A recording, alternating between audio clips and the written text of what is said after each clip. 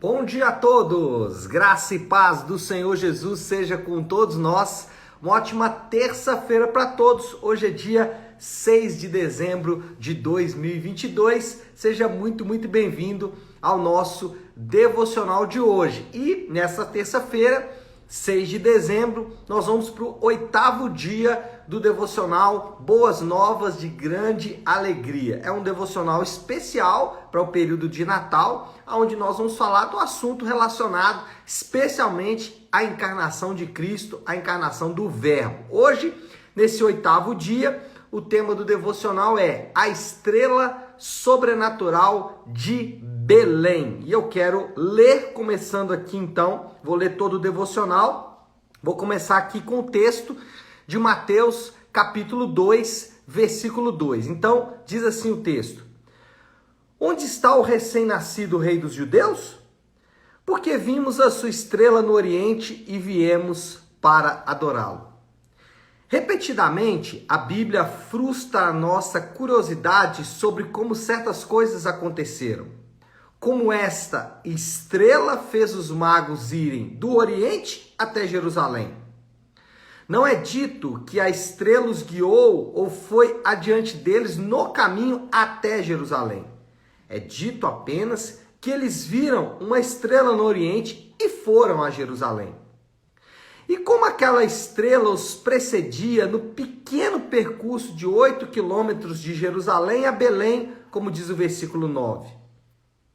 E como uma estrela parou sobre onde estava o menino? A resposta é: não sabemos. Há inúmeros esforços para explicá-lo em termos de conjunções de planetas, cometas, supernovas ou luzes miraculosas.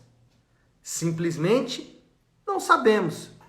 E quero exortá-lo a não se preocupar, não se fixar em desenvolver teorias que, por fim, são apenas tentativas e têm pouquíssima relevância espiritual.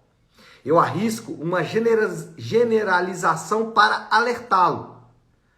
Pessoas que se ocupam e se inquietam com tais coisas, como a estrela agia, como o mar vermelho se abriu, como o maná caía, como Jonas sobreviveu no peixe e como a lua se transformou em sangue, são geralmente as pessoas que têm o que eu chamo de mentalidade para o periférico.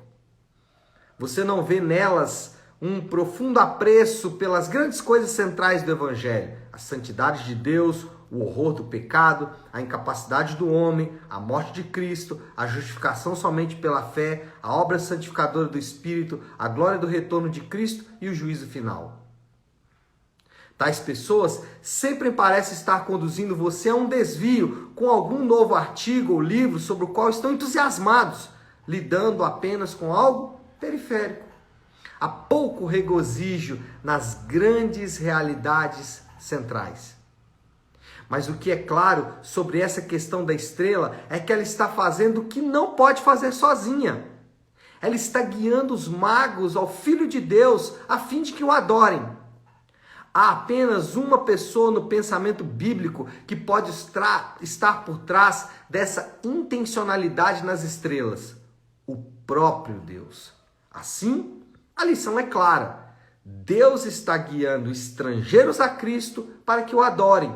E para cumprir esse propósito, ele está exercendo influência e poderes globais, provavelmente até mesmo universais. Lucas mostra Deus influenciando todo o Império Romano para que o recenseamento se ocorra no momento exato para conduzir uma virgem insignificante a Belém para cumprir a profecia com seu parto. Mateus mostra Deus influenciando as estrelas do céu para guiar um pequeno grupo de estrangeiros até Belém, a fim de que possam adorar o Filho. Esse é o propósito de Deus. Ele o fez naquele tempo. Ele ainda está fazendo agora. Seu objetivo é que as nações, todas as nações, adorem seu Filho. Essa é a vontade de Deus para todos em seu escritório, no trabalho, em sua vizinhança e em sua casa. Como diz João 4,23, são estes que o Pai procura para seus adoradores. No início de Mateus, ainda temos um padrão de venha e veja. Mas no final, o padrão é: vá e diga. Os magos vieram e viram. Nós devemos ir e anunciar. Porém, o que não é diferente é o propósito e o poder de Deus no reunir das nações para que adorem o seu Filho. A exaltação de Cristo na adoração fervorosa de todas as nações é a razão pela qual o mundo existe. Uau! Bem forte aí esse devocional de hoje. E eu quero começar aqui destacando algumas coisas. A primeira é uma estrela guiando pessoas vindo de terras distantes, gentios, para adorarem ao recém-nascido Messias. Deus, ele orquestrou um censo, como já vimos nos devocionais passados. Ele orquestrou, ele incentivou, ele de alguma forma colocou no coração de governantes a realização de um censo para que José e Maria descessem a Belém, porque a profecia é que ele nasceria em Belém. Agora, o que Deus está fazendo é mexendo no cosmos para que uma estrela possa levar homens gentios, homens do Oriente, homens de terras distantes, de nações distantes, para que eles vão até onde Jesus está e adore e contemple ao Senhor. Duas considerações importantes que eu quero fazer nesse devocional. Primeiro, o propósito de Deus é que todas as nações adorem seu Filho. Isso é muito forte. Se você parar para pensar um pouco, isso pode explicar muita coisa da nossa existência nessa terra. Porque se não entendemos o propósito do universo, se não entendemos o propósito da terra, se não entendemos o propósito dos homens, ou da criação, ou de todas as outras coisas, nós não sabemos o porquê isso está aqui, nós podemos ficar até perdidos em relação ao nosso próprio propósito, ou em relação às coisas que acontecem nessa existência. Agora, se está claro para mim e para você que estamos nessa existência, que todas as coisas estão nessa existência para adorarem a Jesus Cristo, tudo começa a fazer sentido. O dinheiro, a saúde, a família, a casa, o trabalho, a vida, a criação, o planeta e tudo mais, tudo começa a fazer sentido porque tudo passa a ter então o seu propósito definido. Talvez você já pode estar se perguntando, né? Mas espera aí, isso é muito narcisismo, né? Querer que adorem a si mesmo. Deus quer que as pessoas o adorem a Ele. Isso é narcisismo. Ou né, uma espécie de protecionismo paternal. Deus, o Pai, quer que adore o seu filho, né? Uma coisa assim, meio que aos nossos olhos estranha. Mas eu quero dizer duas coisas para você que explica esse propósito de Deus. Por que Deus fez todas as coisas para que as coisas adorem o seu Filho? Primeiro, porque ele é digno e não adorá-lo consiste em um absurdo. A Bíblia diz em vários lugares, especialmente no Apocalipse, que Jesus é digno de toda adoração, de todo louvor, de toda glória. A Bíblia retrata várias vezes os anjos em adoração a Jesus, em adoração ao Pai, em adoração ao Espírito. A Bíblia, em diversos lugares, mostra essas coisas acontecendo. Por quê? Porque Ele é digno. E quando não adoramos a Jesus, nós estamos cometendo um grande absurdo. Uma coisa é você querer adoração sem ter o direito, ou sem que isso caiba a você, sem que você querer adoração, sendo que você não foi criado para ser adorado. Isso pode trazer sérias consequências. Mas o ponto aqui é dizer que Jesus, ele deve ser adorado porque ele é digno de adoração. E quando não o adoramos, isso consiste em um grande absurdo. Segunda coisa, e talvez o ponto que nos toca aqui de maneira mais objetiva, porque fomos criados para adorar somente a Jesus. Esse aqui é o ponto central. Por que Deus criou todas as coisas para adorá-lo? E por que nós devemos adorá-lo? Porque nós, como todas as coisas, foram criadas para adorar a Jesus. Quando adoramos coisas no lugar do Criador, quando adoramos coisas em lugar de Jesus, e aí coisas das mais diversas, nós nos tornamos disfuncionais. Por quê? Porque não fomos criados para adorar coisas, mas fomos criados para adorar somente a Ele. Então, quando Deus convoca pessoas para adorarem a Jesus, Ele está dizendo, olha, a maneira de vocês de novo se encontrarem é adorando aquele que vocês foram criados para adorar. É a ideia do peixe que não pode viver fora da água. É a ideia da árvore que não pode viver fora da terra. É a ideia de que naturalmente fomos criados para adorar a Deus. Por isso é que muitos se dobram diante de imagens e não têm respostas. Por quê? Estão adorando a coisa errada. Estão diante de imagens de santos, de homens, de mulheres, e adoram essas imagens, mesmo talvez não admitindo que estão fazendo isso, dão outro nome, veneração, amor, respeito, mas no fundo estão adorando e aí não encontram respostas. E por que não encontram respostas? Porque estão adorando a coisa errada. Muitos se curvam diante das riquezas e não têm prazer. E nós sabemos disso, de pessoas que se curvam diante das riquezas, que fazem tudo para conquistar riquezas e que não têm prazer para usufruir dessas riquezas. Então estão sempre tensos com medo de perdê-las, por exemplo. Por isso que muitos fazem coisas e não são saciados. Muitos têm noites e noites de prazer sexual, muitos fazem viagens internacionais, ou compram coisas, ou sei lá o que for, fazem exercícios, mas nunca encontram saciedade. Não porque essas coisas em si estão erradas, mas é porque ao fazer isso estão substituindo a adoração verdadeira, a adoração que deve ser dada somente a Jesus. Jesus é o lugar onde encontramos respostas, onde encontramos prazer e aonde encontramos saciedade. Fora dele, nunca vamos encontrar. É como jogar um pequeno grão de areia em um infinito. Não faz o mínimo sentido.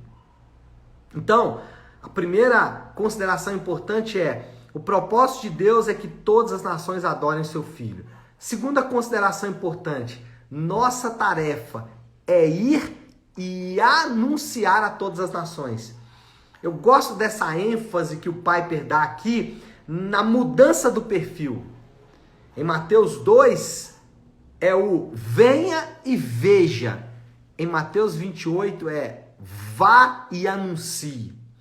E nós estamos nessa dinâmica agora do vá e anuncie. As pessoas, elas devem ouvir a verdade. E nós temos, preste atenção, nós temos o direito dado por Deus de falar em seu nome. Olha isso é lindo. Preste atenção. Jesus disse, toda autoridade me foi dada nos céus e na terra. Mateus 28. Portanto, vão, ide a todas as nações e façam discípulos. Não é um privilégio. Eu já vi pessoas falando, olha, nós temos o privilégio. Ok, tá bom. Pode encarar como privilégio. Algumas pessoas vão dizer, olha, nós temos a tarefa de ir e discipular. Mas eu gosto muito mais da expressão direito. Ele nos deu o direito de falar em nome dele. Ele nos autorizou, ele falou assim, podem ir e falem em meu nome.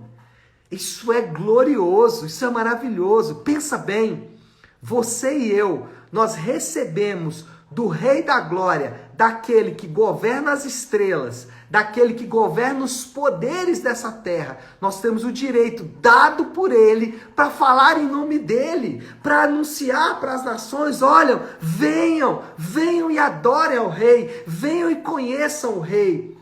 O Advento, o Natal, é a lembrança de que todo crente é a trombeta de Deus anunciando as boas novas.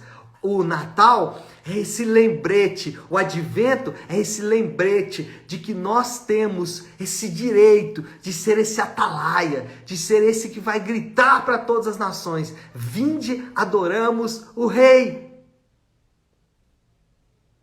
Nós recebemos da parte dele o direito de falar para as pessoas, vinde e adoremos o Rei. É ou não é glorioso? A tarefa da evangelização, a tarefa das missões sejam elas locais ou transculturais, a tarefa que Deus te deu no seu trabalho, na sua família, de anunciar: vinde, vamos juntos ver o Rei. Essa tarefa é um direito dado por Ele. Ele está dizendo: olha, você agora pode falar em meu nome. Eu não sei você, mas isso é glorioso. Tá certo que às vezes nós deixamos de fazer. Tá certo que às vezes nós perdemos algumas oportunidades. Mas eu vou dizer para você, não faça isso mais. Encare de novo esse desafio e mais esse direito de falar em nome dele. Moral da história, vou pegar aqui uma frase do Piper para resumir o devocional de hoje. A frase dele é a seguinte: a exaltação de Cristo na adoração fervorosa de todas as nações é a razão pelo qual o mundo existe. Meu Deus! É muito forte isso, tem várias verdades. Primeira verdade do propósito de Deus. Nós encontramos um motivo pelo qual as coisas existem. Qual é esse motivo? A exaltação de Cristo. Esse é o motivo. Cristo ser exaltado. Mas como? Como Cristo vai ser exaltado? Na adoração fervorosa de todas as nações. Meu Deus, é muito forte isso. Esse devocional de hoje, vou te falar, é para mexer com as nossas estruturas. E aí, qual é o desafio então do Léo para esta terça-feira? Como que nós podemos aplicar tudo isso? Eu acho que duas aplicações nos cabem aqui. Primeiro, um chamado à adoração somente o Rei. É um chamado para você. Está assistindo esse devocional, está assistindo aqui ao vivo ou gravado, e você não tem ainda segurança de que você adora somente o Rei. Você nunca fez uma oração de confissão, ou você não passou ainda pelas águas do batismo, você não tem um compromisso ainda com Cristo, tem uma aliança, um compromisso de viver uma vida digna, um compromisso de assumir e servir a igreja local. Em outras palavras, você ainda não, pela fé e o arrependimento, baseado na graça de Deus, você ainda não é salvo. É o chamado para você nessa manhã. Venha, adore o Rei.